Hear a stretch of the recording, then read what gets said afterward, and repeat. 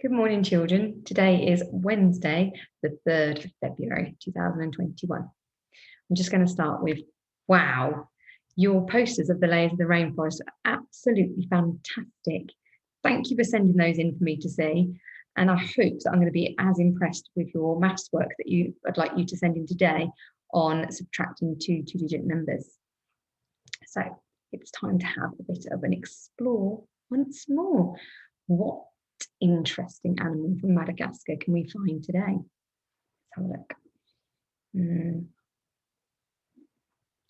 Nothing over there. Nothing there. What about behind my board? That's where it's been hiding before, isn't it? Nothing there. I can't find anything today. Can you help me? What's that? Behind me? Oh my goodness. How long has that been there for?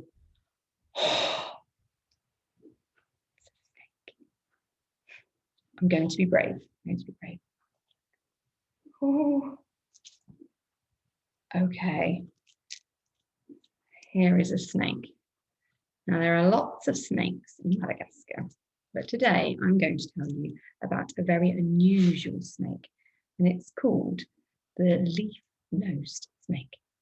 It's a funny name, isn't it? The leaf-nosed snake. Now, if I show you a picture, you might understand a bit more why it's called that. So let me share my screen. There we go. Can you see that? Look at its nose. Isn't that an unusual nose? So can you see now why it's called the leaf-nosed snake? And actually, that's the female one. Female's one has like a nose, like a frayed leaf at the end, whereas the male just has more of a pointy nose. Let me show you that now. There you go. And these snakes can grow up to 1 meter long.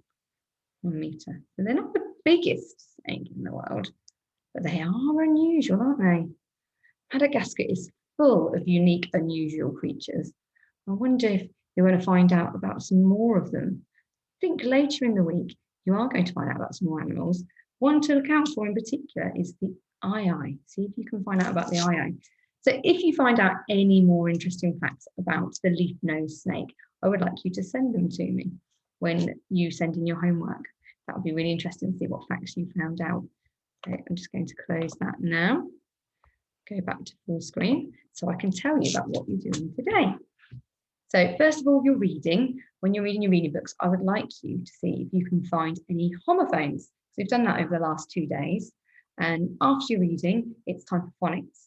If you haven't finished your Look Cover Right check sheet, I'd like you to do your last column on that now. And then you can maybe do the sentences at the bottom tomorrow and Friday.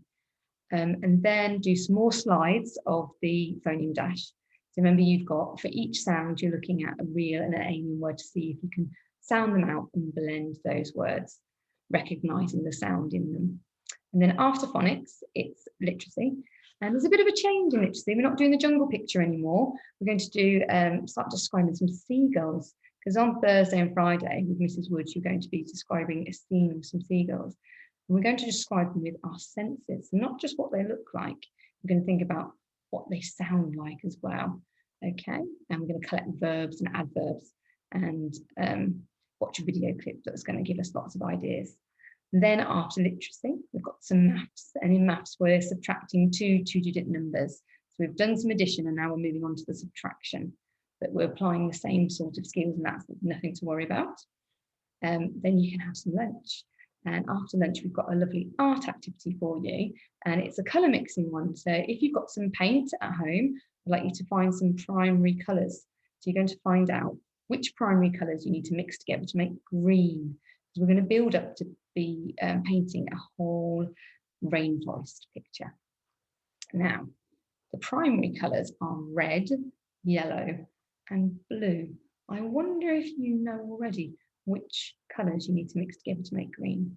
And then you're going to experiment with making different shades of green, and how you could make green lighter and green darker as well.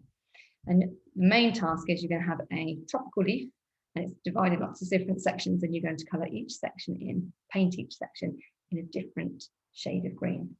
Now, if you don't have paint at home, I don't want you to worry at all, because you can colour in that leaf in lots of different shades of green, pens, pencils, pastels, crayons, whatever you've got at home. Okay, I'm sure it'll still look wonderful. So we're just looking at different shades of green. Okay, so last of all, there isn't an assembly today, but what you could do is you could have a look at Chawson Tube and have a listen to one of the stories on there. There's lots and lots of stories. They might not all be on the remote learning website, but if you click on the link, there are lots more on there. So have a good look and see if you can listen to any stories today, because there's lots of different members of staff reading them for you. And that's it. So I hope you have a good day, and I'll see you in my next video. Bye-bye.